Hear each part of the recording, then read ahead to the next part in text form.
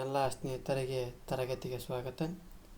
ತರಗತಿ ಪ್ರಾರಂಭ ಮಾಡೋಕ್ಕಿಂತ ಮುಂಚಿತವಾಗಿ ನಮ್ಮ ಒಂದು ಯೂಟ್ಯೂಬ್ ಚಾನಲಿಗೆ ಸಬ್ಸ್ಕ್ರೈಬ್ ಆಗಿ ಪ್ರತಿನಿತ್ಯ ತರಗತಿಗಳನ್ನು ವೀಕ್ಷಿಸಿ ಎನ್ನುತ್ತಾ ಇವತ್ತಿನ ಒಂದು ತರಗತಿಯನ್ನು ಪ್ರಾರಂಭ ಮಾಡ್ತಾ ಹೋಗ್ತೀನಿ. ಇವತ್ತಿನ ತರಗತಿ ಜಲಗೋಳದ ಬಗ್ಗೆ ಸಂಪೂರ್ಣವಾದಂಥ ಒಂದು ತರಗತಿಯ ಒಂದು ಚರ್ಚೆಯನ್ನು ಮಾಡ್ತಾ ಹೋಗೋಣ.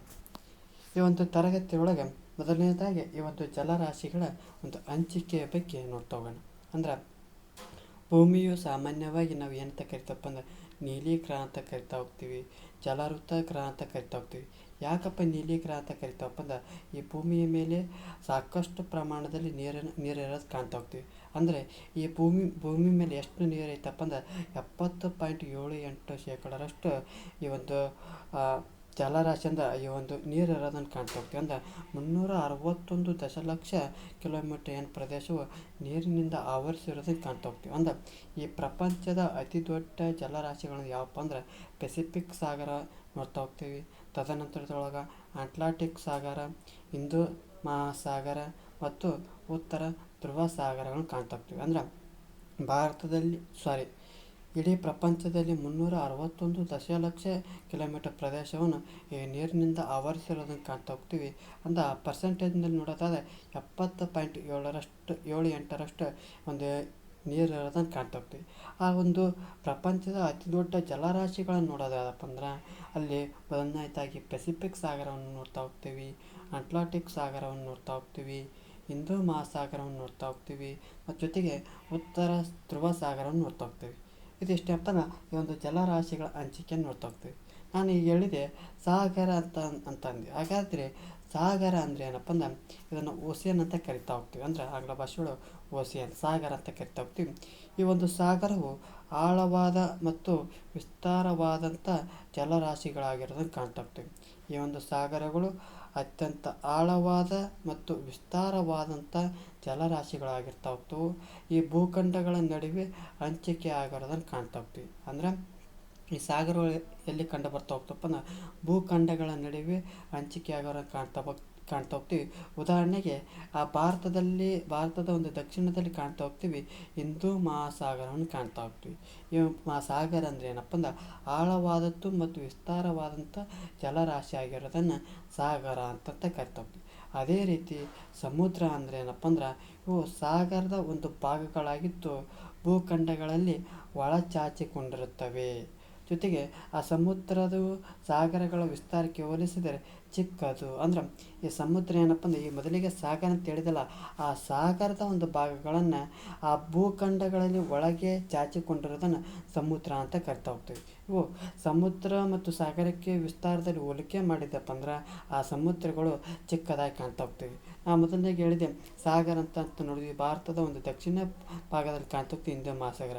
ಅದೇ ರೀತಿ ಸಮುದ್ರ ಅಂದರೆ ಏನಪ್ಪ ಅಂದ್ರೆ ಆ ಒಂದು ಸಾಗರದ ಒಂದು ಭಾಗಗಳಾಗಿದ್ದು ಆ ಭೂಖಂಡದ ಒಳಗಡೆ ಕಾಣ್ತಾ ಹೋಗ್ತೀವಿ. ಅಂದ್ರೆ ಭೂಖಂಡದ ಒಳಗಡೆ ಹರಡಿ ಕೊಡ್ತಾ ಹೋಗ್ತೀವಿ. ಉದಾಹರಣೆಗೆ ಇಲ್ಲಿ ಅರಬ್ಬಿ ಸಮುದ್ರವನ್ನು ನೋಡ್ತಾ ಹೋಗ್ತೀವಿ, ಇಲ್ಲಿ ಬಂಗಾಳ ಕೊಲ್ಲಿಯನ್ನು ನೋಡ್ತಾ ಹೋಗ್ತೀವಿ. ಇವುಗಳನ್ನು ಸಮುದ್ರಗಳು ಅಂತ ಕರಿತಾ ಹೋಗ್ತಾರೆ.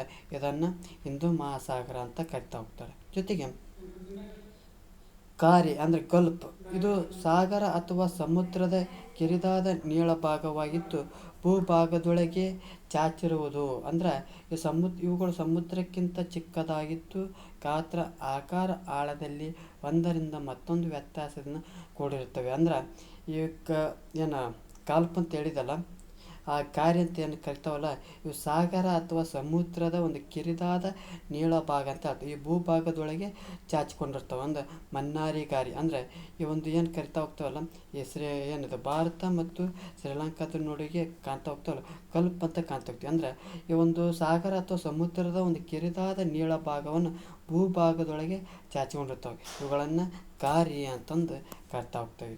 ಉದಾಹರಣೆ ನೋಡೋದಾದ್ರೆ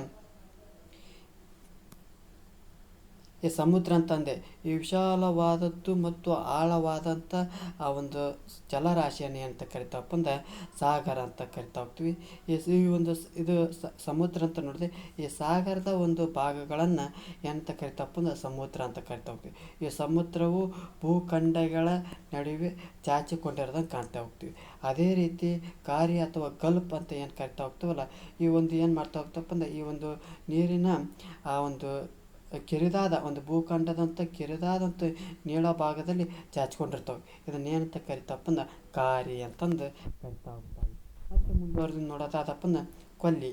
ಆ ಕೊಲ್ಲಿ ಅಂದರೆ ಏನಪ್ಪ ಅಂದ್ರೆ ಪ್ರಾಯಶಃ ಈ ಭೂಭಾಗದಿಂದ ಸುತ್ತುವರಿಯಲ್ಪಟ್ಟ ಅರ್ಧ ವೃತ್ತಾಕಾರದ ಸಮುದ್ರ ಭಾಗವೇ ಕೊಲ್ಲಿ ಅಂತ ಕರಿತಾ ಹೋಗ್ತಾರೆ. ಅಂದ್ರೆ ಇಲ್ಲಿ ಏನಪ್ಪ ಏನು ಭಾಳಷ್ಟು ಭೂಭಾಗದಿಂದ ಸುತ್ತುವರಿಯಲ್ಪಟ್ಟು ಅರ್ಧ ವೃತ್ತಾಕಾರದ ಸಮುದ್ರ ಭಾಗವನ್ನು ಕೊಲ್ಲಿ ಅಂತ ಕರಿತಾ ಹೋಗ್ತಾರೆ.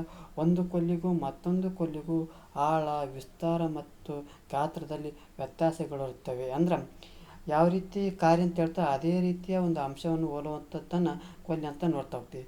ಇದೇನಪ್ಪ ಸಾಮಾನ್ಯವಾಗಿ ಅತಿ ಹೆಚ್ಚು ಭೂಭಾಗದಿಂದ ಸುತ್ತುವರಿಯಲ್ಪಟ್ಟು ಅರ್ಧ ವೃತ್ತಾಕಾರದ ಒಂದು ಸಮುದ್ರ ಭಾಗವನ್ನು ಕೊಲ್ಲಿ ಅಂತ ಕರಿತಾ ಹೋಗ್ತಾರೆ. ಉದಾಹರಣೆಗೆ ನೋಡ್ತಾ ಬಂಗಾಳ ಕೊಲ್ಲಿ, ಬಿಸ್ಕಿ ಕೊಲ್ಲಿ, ಬಂಡಿ ಕೊಲ್ಲಿ, ಹಡ್ಸನ್ ಕೊಲ್ಲಿ ಅಂತಂದು ಕಾಣ್ತಾ ಹೋಗ್ತೀವಿ. ಮತ್ತು ಮುಂದುವರೆದು ನೋಡ್ತಾ ಹೋಗೋಣ ಜಲಸಂಧಿಗಳು ಸ್ಟ್ರೇಟ್ ಅಂತ ಆಗ್ತವೆ. ಈ ಎರಡು ವಿಶಾಲವಾದಂಥ ಸಮುದ್ರಗಳನ್ನು ಸಂಪರ್ಕಿಸುವ ಎರಡು ಭೂಭಾಗಗಳ ಮಧ್ಯದ ಕಿರಿದಾದ ಜಲಭಾಗವನ್ನು ಜಲಸಂಧಿ ಅಂತಂತ ಕರೀತಾರೆ. ಅಂದರೆ ಎರಡು ವಿಶಾಲವಾದ ಸಮುದ್ರಗಳನ್ನು ಸಂಪರ್ಕಿಸುವ ಎರಡು ಭೂಭಾಗಗಳ ಮಧ್ಯದ ಒಂದು ಕಿರಿದಾದ ಜಲಭಾಗವನ್ನು ಜಲಸಂಧಿ ಅಂತ ಕರಿತಾ ಹೋಗ್ತೀವಿ.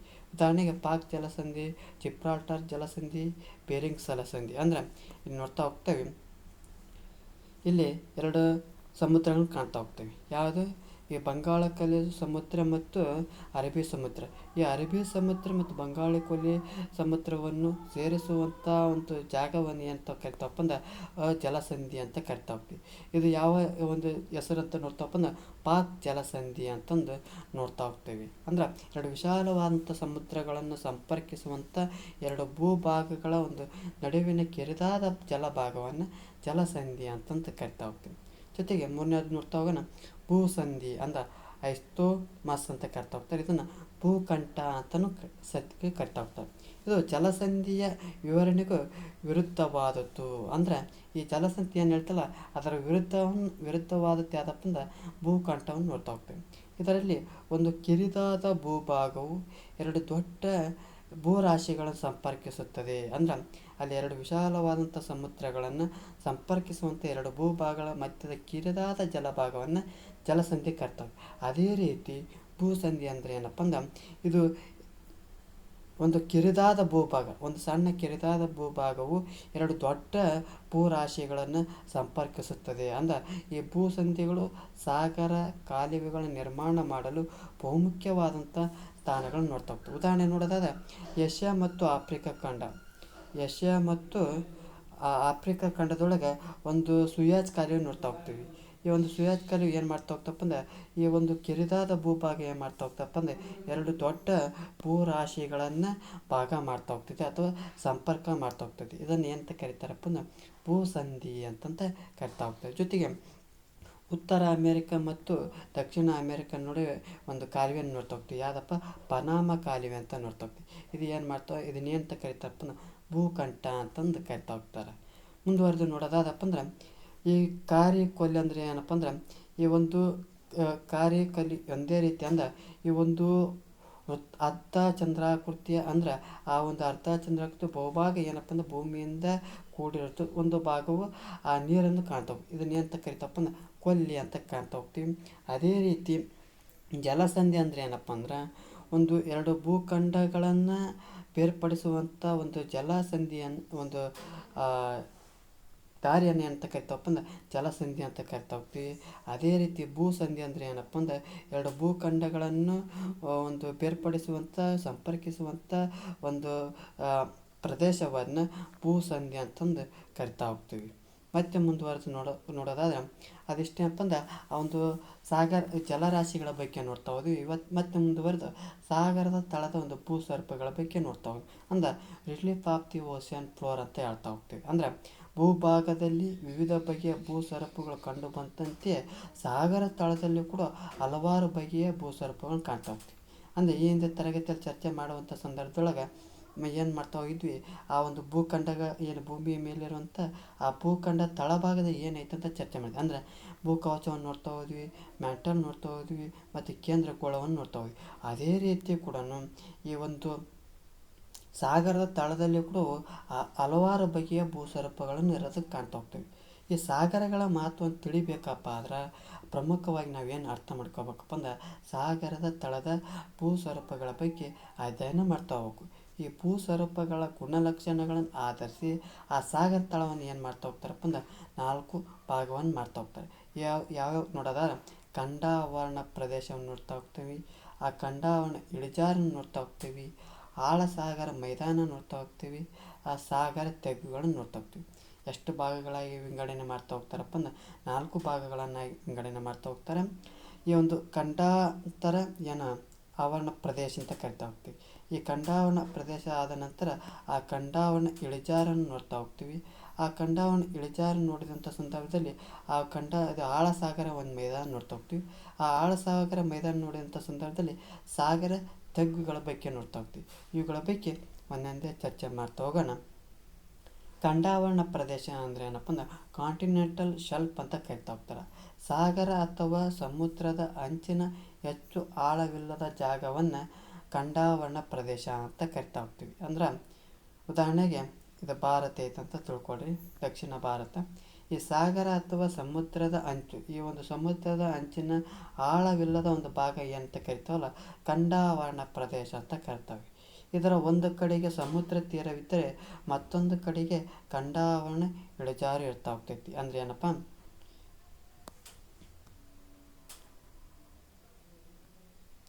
ಇದು ಬೆಟ್ಟ ಗುಡ್ಡ ಅಂತ ತಿಳ್ಕೊಳ್ಳಿ. ಇದೊಂದು ಸಾಗರ. ಇಲ್ಲಿ ಏನಪ್ಪ ಅಂದ್ರೆ ಈ ಒಂದು ಪ್ರದೇಶವನ್ನು ಏನಂತ ಕರಿತಾವಪ್ಪ ಅಂದ್ರೆ ಕ್ಷಮೆಯಿರಲಿ,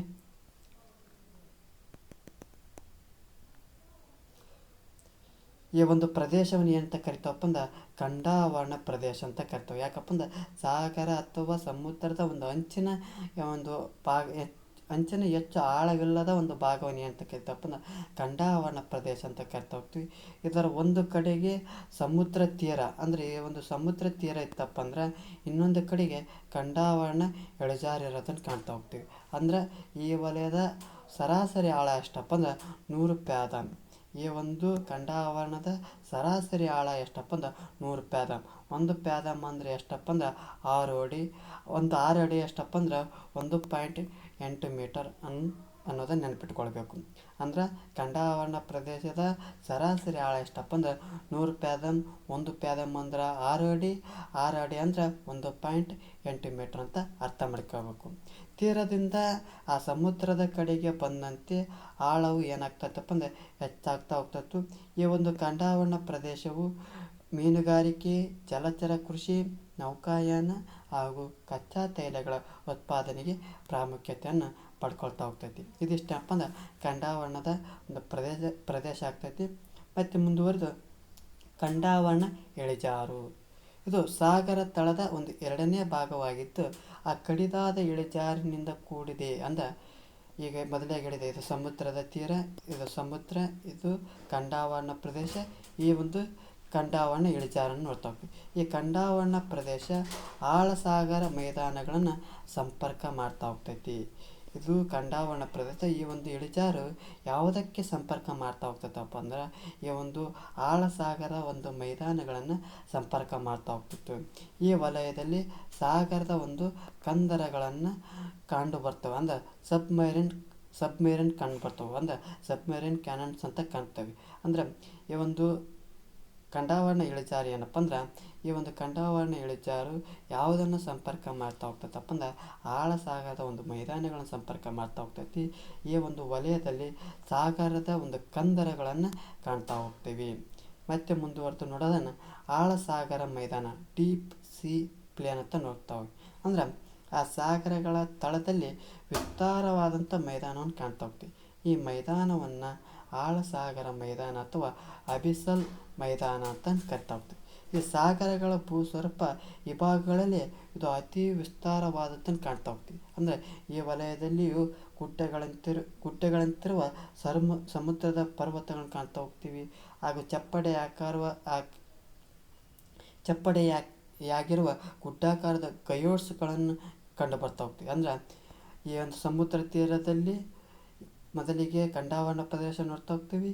ಇಳಿಜಾರನ್ನು ನೋಡ್ತಾ ಹೋಗ್ತೀವಿ. ಇದನ್ನ ಏನಂತ ಕರಿತಪ್ಪ ಅಂದ್ರೆ ಆಳಸಾಗರ ಮೈದಾನ ಅಂತಂದು ಕರಿತಾ ಹೋಗ್ತೀವಿ.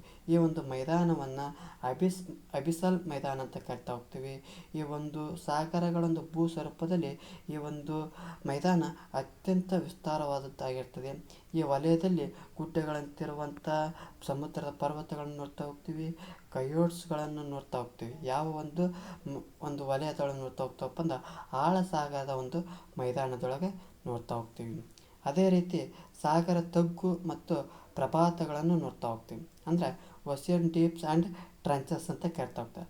ಆ ಸಾಗರ ತಗ್ಗುಗಳನ್ನು ಎಂತ ಕರಿತಾರಪ್ಪ ಅಂದ್ರೆ ಸಾಗರ ಪ್ರಪಾತಗಳು ಅಂತಂದು ಕರಿತಾ ಹೋಗ್ತಾವೆ.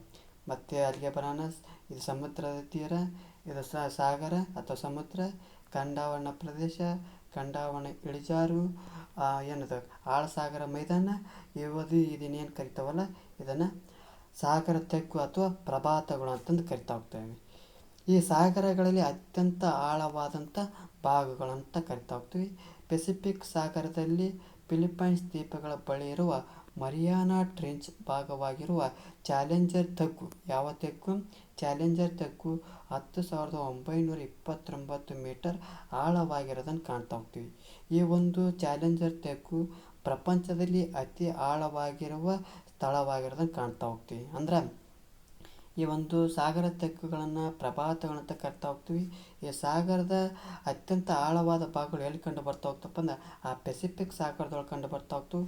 ಆ ಪೆಸಿಫಿಕ್ ಸಾಗರದ ಫಿಲಿಪೈನ್ಸ್ ದ್ವೀಪಗಳ ಬಳಿ ಇರುವಂಥ ಮರಿಯಾನಾ ಟ್ರೆಂಚ್ನ ಭಾಗವಾಗಿರುವ ಚಾಲೆಂಜರ್ ತಗ್ಗು ಅಂತ ನೋಡ್ತಾ ಹೋಗ್ತವಲ್ಲ, ಅದು 10,929 ಮೀಟರ್ ಆಳವಾಗಿರೋದನ್ನು ಕಾಣ್ತಾ ಹೋಗ್ತೀವಿ.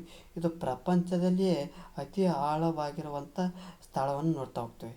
ಜೊತೆಗೆ ಆ ಪೆಸಿಫಿಕ್ ಮಹಾಸಾಗರದ ಟೊಂಗಾ ಪ್ರಪಾತ, ಕೋರಿಲ್ ಪ್ರಪಾತ ಮುಂತಾದ ಈ ಒಂದು ಸಾಗರ ತಗ್ಗುಗಳನ್ನು ನೋಡ್ತಾ ಹೋಗ್ತೀವಿ. ಇದಿಷ್ಟೇನಪ್ಪ ಅಂದ್ರೆ ಈ ಒಂದು ಸಾಗರ ತಳದ ಭೂಸ್ವರೂಪಗಳನ್ನು ನೋಡ್ತಾ ಹೋಗ್ತೀವಿ. ಮುಂದುವರೆದು ಮತ್ತೊಮ್ಮೆ ಪರಿಣಾಮಕಾರಿ ನೋಡೋದಾದಪ್ಪ ಅಂದ್ರೆ ಮೊದಲನೇದಾಗಿ ಇದೊಂದು ಎಂತ ಕರಿತೀವಿ, ಕರಾವಳಿ ಪ್ರದೇಶ ಅಥವಾ ಸಮುದ್ರದ ತೀರ ಅಥವಾ ಸಾಗರ ತೀರ ಅಂತ ಕರಿತಾ ಹೋಗ್ತೀವಿ. ಈ ಒಂದು ಖಂಡಾವಣ ಪ್ರದೇಶ ಏನಪ್ಪ ಅಂದ್ರೆ ಆಳವಿಲ್ಲದಂಥ ಒಂದು ಪ್ರದೇಶವನ್ನು ಖಂಡಾವಣ ಪ್ರದೇಶ ಅಂತ ಕರಿತೀವಿ. ಈ ಒಂದು ಸರಾಸರಿ ಆಳ ಎಷ್ಟಪ್ಪ 100 ಪ್ಯಾದಮ್. 1 ಪ್ಯಾದಮ್ ಅಂದ್ರೆ 6 ಅಡಿ, 1 ಅಡಿ ಅಂದರೆ 1.8 ಮೀಟರ್ ನೋಡ್ತಾ ಹೋಗ್ತೀವಿ. ಈ ಒಂದು ಪ್ರದೇಶದೊಳಗೆ ಮೀನುಗಾರಿಕೆ, ನೌಕಾಯಾನ ನೋಡ್ತಾ ಹೋಗ್ತೀವಿ. ಅದೇ ರೀತಿ ಈ ಖಂಡಾವಣ ಇಳಿಜಾರನ್ನು ಏನಂತ ಕರಿತಾವಪ್ಪ ಅಂದ್ರೆ ಖಂಡಾವಣ ಇಳಿಜಾರು ಅಂತ ಕರಿತಾ ಹೋಗ್ತೀವಿ. ಈ ಒಂದು ಖಂಡಾವಣ ಇಳಿಜಾರು ಯಾವುದಕ್ಕೆ ಸಂಪರ್ಕ ಮಾಡ್ತಾ ಹೋಗ್ತೈತಪ್ಪ ಅಂದ್ರೆ ಈ ಆಳಸಾಗರ ಮೈದಾನಕ್ಕೆ ಸಂಪರ್ಕವನ್ನು ಮಾಡ್ತಾ ಹೋಗ್ತೀವಿ. ಈ ಖಂಡಾವಣ ಇಳಿಜಾರಿನೊಳಗೆ ಸಾಗರ ಕಂದರಗಳನ್ನು ಕಾಣ್ತಾ ಹೋಗ್ತೀವಿ. ಏನು ಕಾಣ್ತಾ ಹೋಗ್ತೀವಿ? ಸಾಗರ ಕಂದರಗಳನ್ನು ನೋಡ್ತಾ ಹೋಗ್ತೀವಿ.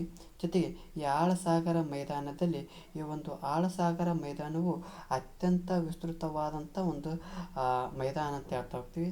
ಅದೇ ರೀತಿ ಇಲ್ಲಿ ಏನು ಕಂಡು ಬರ್ತಾವಪ್ಪ ಅಂದ್ರೆ ಕಯೋಟ್ಸ್ಗಳು ಅಂತ ಕಂಡು ಬರ್ತಾವೆ. ಜೊತೆಗೆ ಆ ಒಂದು ಅಬಿಸಲ್ ಅಂತ ಕಾಣ್ತವೆ. ಅದೇ ರೀತಿ ಸಾಗರ ತೆಗ್ಗುಗಳು ಅಥವಾ ಪ್ರಪಾತಗಳಂತ ಕಾಣ್ತಾ ಹೋಗ್ತೀವಿ.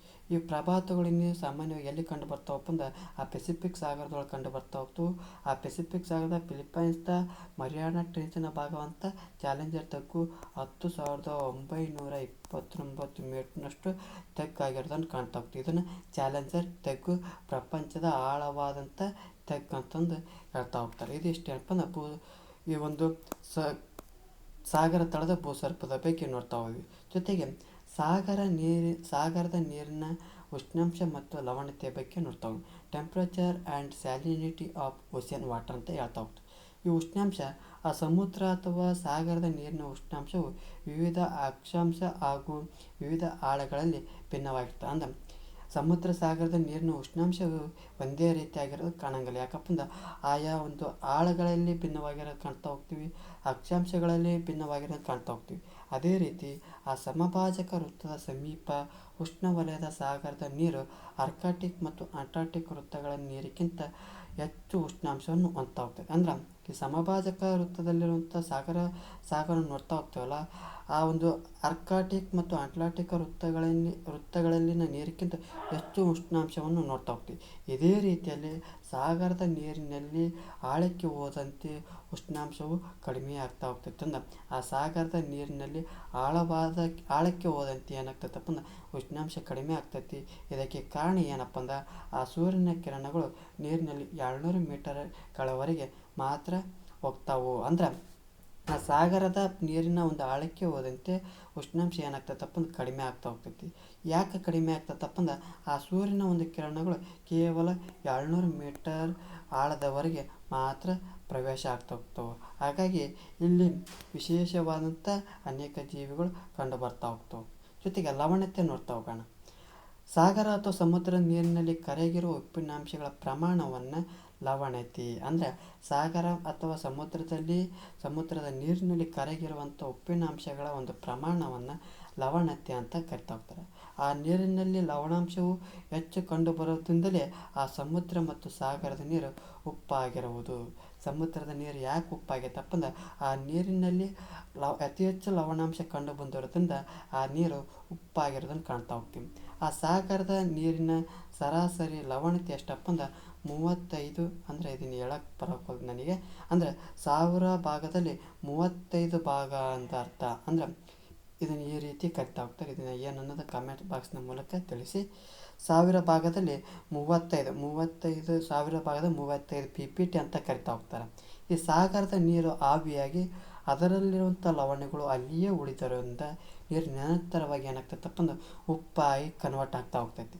ಆ ಲವಣತೆಯ ಉಷ್ಣವಲಯದಲ್ಲಿ ಹೆಚ್ಚಾಗಿದ್ದು ಧ್ರುವ ಪ್ರದೇಶ ಮತ್ತು ಸಮಭಾಜಕ ಪ್ರದೇಶಗಳಲ್ಲಿ ಕಡಿಮೆ ಇರುವುದು. ಅಧಿಕ ಶಾಖ ಬೀಳುವುದರಿಂದ ಈ ಸಮಭಾಜಕ ವೃತ್ತ ಪ್ರದೇಶದಲ್ಲಿ ಅಧಿಕ ಬಾಷ್ಪೀಭವನ ಮತ್ತು ಅಧಿಕ ಮಳೆಯಿಂದ ಈ ಲವಣತೆಯು ಕಡಿಮೆ ಪ್ರಮಾಣದಲ್ಲಿ ಕಂಡುಬರ್ತಾ ಹೋಗ್ತೈತಿ. ಜೊತೆಗೆ ಮುಂದುವರೆದು ನೋಡ್ತಾ ಹೋಗೋಣ. ಸಾಗರ ಅಥವಾ ಸಮುದ್ರದ ನೀರು ಏಕೆ ಉಪ್ಪಾಗಿರೋದನ್ನು ನೋಡ್ತಾ ಹೋದ್ವಿ. ಅದೇ ಹೇಳಿದೆ, ಆ ಭೂಭಾಗಗಳಿಂದ ಹರಿದು ಆ ಸಮುದ್ರ ಸಾಗರಗಳನ್ನು ಸೇರುವಂಥ ನದಿಗಳ ನೀರು ಹಲವಾರು ಬಗೆಯ ಲವಣಗಳನ್ನು ಕರಗಿಸಿ ದ್ರವಣ ರೂಪದಂತೆ ಅಂದರೆ ದ್ರವ ರೂಪದಲ್ಲಿ ತನ್ನೊಡನೆ ತರ್ತಾ ಹೋಗ್ತೈತಿ. ಆ ಸಾಗರ ಮತ್ತು ಸಮುದ್ರದ ನೀರು ಉಷ್ಣಾಂಶದಿಂದ ಏನಾಗ್ತೈತಪ್ಪ ಅಂದ್ರೆ ಆವಿಯಾಗಿ ವಾಯುಮಂಡಲವನ್ನು ಸೇರ್ತಾ ಹೋಗ್ತೈತಿ. ಅಂದರೆ ಆ ನದಿಗಳು ತಂದಂಥ ದ್ರವಣವನ್ನು ಆ ಸಮುದ್ರಕ್ಕೆ ಸೇರ್ತಾ ಹೋಗ್ತದೆ. ಆ ಸಮುದ್ರದ ನೀರು ಏನಾಗ್ತೈತಪ್ಪ ಅಂದ್ರೆ ಅಧಿಕ ಉಷ್ಣಾಂಶದಿಂದ ಆ ನೀರು ಆವಿಯಾಗಿ ವಾಯುಮಂಡಲವನ್ನು ಸೇರ್ತಾ ಹೋಗ್ತೈತಿ. ಆದರೆ ಆ ನೀರಿನಲ್ಲಿದ್ದಂಥ ಲವಣವು ಆ ಸಮುದ್ರ ಮತ್ತು ಸಾಗರದಲ್ಲಿ ಉಳ್ತಾ ಹೋಗ್ತೈತಿ. ಈ ಪ್ರಕ್ರಿಯೆ ದೀರ್ಘಕಾಲ ನಡೆಯೋದ್ರಿಂದ ಏನಾಗ್ತೈತಪ್ಪ ಅಂದ್ರೆ ಆ ಸಾಗರ ಮತ್ತು ಸಮುದ್ರಗಳಲ್ಲಿ ಲವಣಗಳು ಸಂಗ್ರಹ ಆಗ್ತಾ ಹೋಗ್ತೈತಿ.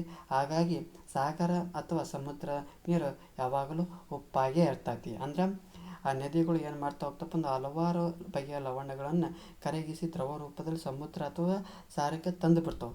ಆದರೆ ಆ ಸಾಗರದ ನೀರು ಏನಾಗ್ತೈತಪ್ಪ ಅಂದ್ರೆ ಅಧಿಕ ಉಷ್ಣಾಂಶದಿಂದ ಆ ನೀರು ಏನಾಗ್ತೈತೆ ಆವಿಯಾಗಿ ವಾಯುಮಂಡಲಕ್ಕೆ ಹೋಗ್ತೈತಿ. ಆದರೆ ಅದೇ ನೀರಿನಲ್ಲಿದ್ದಂಥ ಲವಣವು ಆ ಸಮುದ್ರದಲ್ಲಿ ಉಳಿತೈತೆ. ಆ ಸಮುದ್ರದಲ್ಲಿ ಉಳಿಯುವಂಥ ಪ್ರಕ್ರಿಯೆ ದೀರ್ಘಕಾಲ ಮುಂದುವರ್ತಾ ಹೋಗ್ತೈತಿ. ಈ ಒಂದು ಪ್ರಕ್ರಿಯೆ ಮುಂದುವರೆದಂಥ ಸಂದರ್ಭದಲ್ಲಿ ಆ ಅಧಿಕ ಲವಣಗಳು ಸಂಗ್ರಹವಾಗಿದ್ದು ಆ ಒಂದು ಸಾಗರ ಅಥವಾ ಸಮುದ್ರದ ನೀರು ಉಪ್ಪಾಗಿರೋದನ್ನು ಕಾಣ್ತಾ ಹೋಗ್ತೀವಿ. ಜೊತೆಗೆ ಇನ್ನೊಂದು ಅಂಶವನ್ನು ನೋಡೋದನ್ನು ಪ್ರಪಂಚದಲ್ಲಿ ಅತಿ ಹೆಚ್ಚು ಲವಣತೆ ಹೊಂದಿರುವಂಥ ಕೆಲವು ಜಲಭಾಗಗಳನ್ನು ನೋಡ್ತಾ ಹೋಗೋಣ. ಆ ವ್ಯಾನ್ ಸರೋವರ ನೋಡ್ತಾ ಹೋಗ್ತೀವಿ. ಅದು ಟರ್ಕಿ ದೇಶದೊಳಗೆ ಕಂಡು ಬರ್ತಾ ಹೋಗ್ತೀವಿ. ಆ ಒಂದು ಸಮುದ್ರದ ಒಂದು ಉಪ್ಪಿನ ಲವಣತೆ ನೋಡೋದಾದ್ರೆ 1330 PPT ನೋಡ್ತಾ ಹೋಗ್ತೀವಿ. ಮೃತ ಸರೋವರ ಜೋರ್ಡಾನ್ ಮತ್ತು ಇಸ್ರೇಲ್ನ ನಡುವೆ ಇರುವಂಥ ಈ ಮೃತ ಸರೋವರ 1001 ಭಾಗದಲ್ಲಿ 300 PPT ನೋಡ್ತಾ ಹೋಗ್ತೀವಿ. ಭಾರತದಲ್ಲಿ ಕಂಡುಬರುವಂಥ ಸಾಂಬಾರ್ ಸರೋವರ 1765 PPT ನೋಡ್ತಾ ಹೋಗ್ತೀವಿ. ಏಷ್ಯಾ ಮತ್ತು ಆಫ್ರಿಕಾ ಖಂಡದ ಒಂದು ನಡುವೆ ಇರುವಂಥ ಕೆಂಪು ಸಮುದ್ರ 1740 PPT ಕಾಣ್ತಾ ಹೋಗ್ತೀವಿ. ಈ PPT ಅಂತ ಅಂದರೆ ಏನಪ್ಪ ಅಂದ್ರೆ ಪಾರ್ಟ್ಸ್ ಪರ್ 1000 ಏನಂತ ಕರಿತೀವಿ, ಪಾರ್ಟ್ಸ್ ಪರ್ 1000. ಆ ಸಾಗರದ ಒಂದು ಸರಾಸರಿ ಲವಣತೆ ಎಷ್ಟಪ್ಪ ಅಂದ್ರೆ 35 ಹಿಂಗೆ ಕರಿತಾವೆ. ಇದನ್ನು ಏನಂತ ಸ್ವಲ್ಪ ಕಮೆಂಟ್ ಬಾಕ್ಸ್ನ ಮೂಲಕ ತಿಳಿಸಿ ಅಂತ ಹೇಳ್ತೀನಿ. ಇದಿಷ್ಟೇನಪ್ಪ ಅಂದ್ರೆ ಈ ಒಂದು ಜಲಗೋಳದ ಮತ್ತು ಆ ಜಲರಾಶಿಗಳ ಒಂದು ಹಂಚಿಕೆ ಮತ್ತು ಸಾಗರ ತಳದ ಭೂಸರಪಗಳ ಬಗ್ಗೆ ಸಂಪೂರ್ಣವಾಗಿ ಚರ್ಚೆ ಮಾಡಿದ್ವಿ. ಈ ಒಂದು ತರಗತಿ ಇಷ್ಟ ಆಗಿದ್ರೆ ನಮ್ಮ ಒಂದು ಯೂಟ್ಯೂಬ್ ಚಾನಲಿಗೆ ಖಂಡಿತವಾಗಿ ಸಬ್ಸ್ಕ್ರೈಬ್ ಆಗಿ. ಜೊತೆಗೆ ಏನಾದರೂ ಈ ವಿಡಿಯೋ ಇಷ್ಟವಾಗಿದ್ದರೆ ಖಂಡಿತವಾಗಿ ಲೈಕ್ ಮಾಡಿ, ಇಲ್ಲದಿದ್ದರೆ ಡಿಸ್ಲೈಕ್ ಮಾಡಿ. ಏನಾದರೂ ದೋಷಗಳು ಮತ್ತು ನಿಮ್ಮ ಅಭಿಪ್ರಾಯಗಳನ್ನು ಈ ಒಂದು ಕಮೆಂಟ್ ಬಾಕ್ಸ್ನ ಮೂಲಕ ತಿಳಿಸಿ ಅನ್ನುತ್ತಾ ಇಲ್ಲಿಯವರೆಗೂ ಆಲಿಸಿದಂಥ ನನ್ನೆಲ್ಲ ಸ್ನೇಹಿತರಿಗೆ ಧನ್ಯವಾದಗಳನ್ನು ತಿಳಿಸುತ್ತೇನೆ.